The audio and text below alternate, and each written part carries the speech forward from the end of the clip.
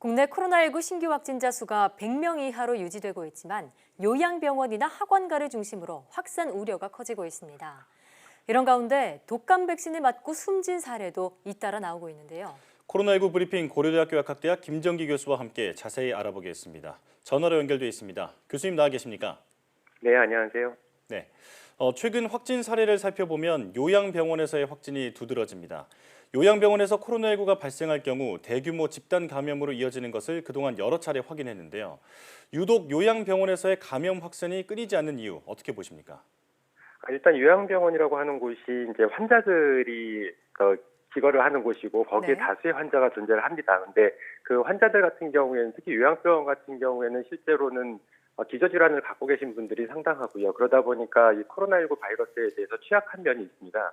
근데 만약에 이제 일단 기존의 요양병원 같은 경우에 봄부터 한 3월 달부터 어떤 외출이나 아니면 면회가 철저히 금지되고 있는데 일단 병원 관계자들이 감염이 됐을 경우에는 그 내부에서 급속하게 확산이 이루어질 가능성이 좀 있고요. 예. 더군다나 일단 지금 최근에 문제가 되고 있는 요양병원처럼 코호트 격리를 하게 되면 그 자체 내에서 특히 병상이 한 병실 내에 다수가 존재를 하게 되면 교차 감염의 우려도 있기 때문에 네. 최근에 이러한 문제들이 복합적으로 작용을 해가지고 계속 요양병원발 집단 감염이 발생을 한다 이렇게 생각을 하고 있습니다. 예. 네.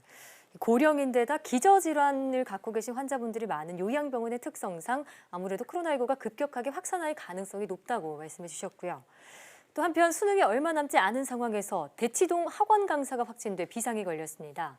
강남구는 관내 모든 학원 강사를 대상으로 코로나19 선제 검사를 진행 중인데요. 학원에서의 방역 수칙 한 번 더 강조해 주신다면요. 일단 학원 내에서는 학생도 그렇고 강사진도 그렇고 철저하게 방역에 주의를 기울여야 하고요. 일단 항시 수업 듣는 중에는 마스크 착용이 반드시 필요하고 더군다나 이번에 대치동 학원에서 문제가 됐던 것처럼 실제로 강사가 확진됐을 경우에는 학생들한테 전파될 가능성이 굉장히 높거든요. 네. 그렇기 때문에 일단 선제적으로 진단 검사가 이루어져야 되는 부분들이 있습니다. 그리고 더군다나 이제 호흡기 증상을 보이게 되면 일단은 며칠 동안은 집에서 머무르시면서 대인 접촉을 피하는 게 가장 좋다 이렇게는 보고 있습니다. 네. 예. 상시 마스크를 착용하고 아프면 쉰다 이런 원칙을 지키는 게 중요할 것 같습니다. 네. 독감 백신 문제도 심상치 않아 보입니다. 독감 백신을 맞은 뒤 사망한 사례가 잇따르고 있는데요.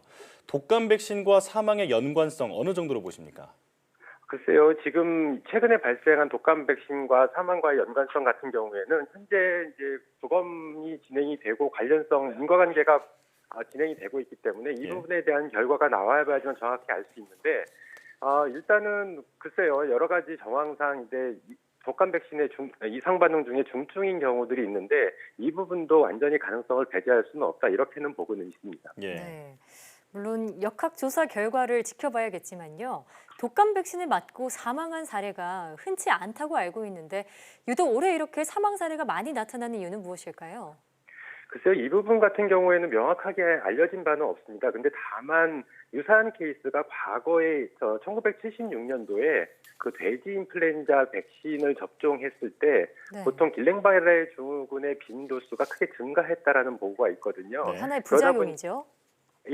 그러니까 이 독감 백신의 부작용은 경미한 증상부터 해가지고 중증까지 있는데 대표적으로 중증이 아나필락시스하고 길랭바레가 있는데요. 네. 그중에 말씀드린 그 1976년도에 미국에서의 돼지 인플루엔자 백신 같은 경우에는 이런 길랭바레가 보통은 100만 명당 1명꼴 정도 발생하는데 10만 명당 1명꼴로 발생을 한 걸로 알려져 있거든요. 예.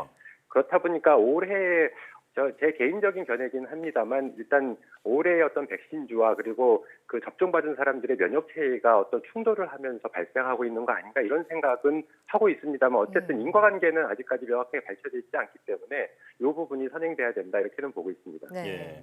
조금 더 인과관계 분석을 지켜봐야겠다 이런 말씀 해주셨습니다. 보통 어떤 약물을 맞고 나면 미열 같은 증상은 나타날 수 있다고 하는데 이번에 독감 백신을 맞고 나타날 수 있는 증상은 어떤 게 있을까요? 대표적으로 독감 백신을 맞게 되면 대표적인 부작용 이제 경미한 쪽에 속하는 부분인데요. 일단은 피부 발진을 포함한 알러지 반응이 나타날 수가 있고요. 예. 그리고 접종 맞은 부위에 국소 반응, 붓거나 가려운 증상들이 발생을 할 수가 있고 여기에 발열도 일정 부분 발생을 할 수가 있고요. 더군다나 약간 몸살 증상을 보이는 경우도 있거든요. 네. 그래서 이러한 부분들이 보통 경미한 증상으로 포함되는데 앞서 잠깐 언급해드린 것처럼 중증인 경우도 있습니다. 그래서 예. 대표적으로 아나필락시스라고 해서 이거는 면역 반응이 과도하게 진행되는 경우를 얘기하는 거고요. 네. 길랭바레 증후군이라고 하는 어떤 급성 신경염도 발생할 가능성이 있다. 이렇게는 보고 있습니다. 네, 경미한 증상으로 이 부작용이 그칠 수도 있지만 중증으로 이어질 경우 생명에 위협이 될 수도 있다. 이런 얘기 들어봤는데요. 백신은 사백신과 생백신으로 나뉩니다. 독감 백신은 죽은 바이러스를 활용해 만드는 사백신이라 상대적으로 부작용 우려가 적다고 알고 있습니다. 실제로도 안전한 건지 이 부분이 궁금합니다. 물론 현재 현존하는 백신들, 인플루엔자, 그러니까 독감뿐만 아니라 모든 이제 그 질병들에 대한 백신에 있어서 상당수를 차지하고 있는 게 사백신 형태거든요. 근데 네. 이거는 사백신 자체가 안전하다라고 보기보다는 실제로 각각의 백신에 따라서 안전성은 또 상이한 부분이 있기 때문에 반드시 사백신이라고 안전한 형태다라고 단언하기는 좀 어렵고, 예. 물론 기존의 역사가 오래됐기 때문에 사백신 같은 경우에는 일정 부분은 안전성이 보장이 돼 있습니다만 실제로 뭐 최근에 코로나19 백신에 대해서 개발되고 있는 DNA나 RNA처럼 이런 백신의 형태는 아직까지 상용화된 케이스가 없거든요. 근데 이런 거에 대비해서는 일정 부분은 안전성이 보장돼 있다. 근데 반드시 사백신이라고 해서 다 안전한 건 아니다. 왜냐하면 백신마다 상이한 부분이 있다. 이렇게 이해하시면 될 것 같습니다. 네, 사백신이라고 반드시 더 안전한 건 아니고 백신마다의 차이점이 있다 이렇게 말씀해 주셨습니다.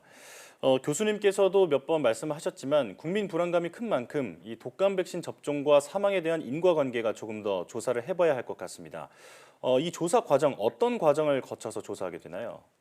최근에 언론에 보도되고 있는 것처럼 일단은 사망한 케이스에 대해서는 부검이 진행이 되고요.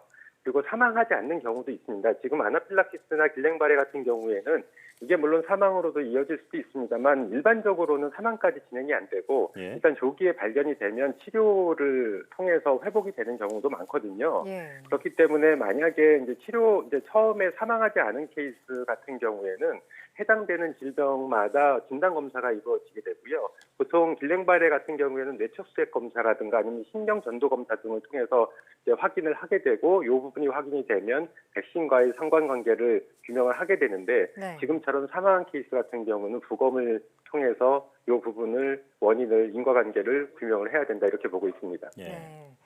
아직 조사 중인 만큼 이 백신의 영향을 속단하지는 않아야겠지만요.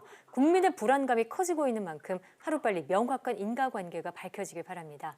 구례대학교 각대학 김정기 교수와 함께했습니다. 교수님 오늘 말씀 고맙습니다. 네, 감사합니다.